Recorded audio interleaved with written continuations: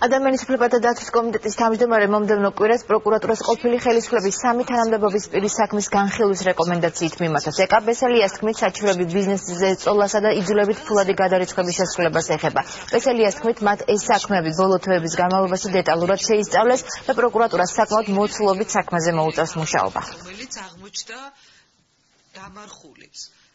არსებობს კონკრეტული პრეტენზიები და საჩივრები, რომელიც ეხება ბიზნესის დაწიოკებას და იძულებით ფულების ფულადი გადარიცხვის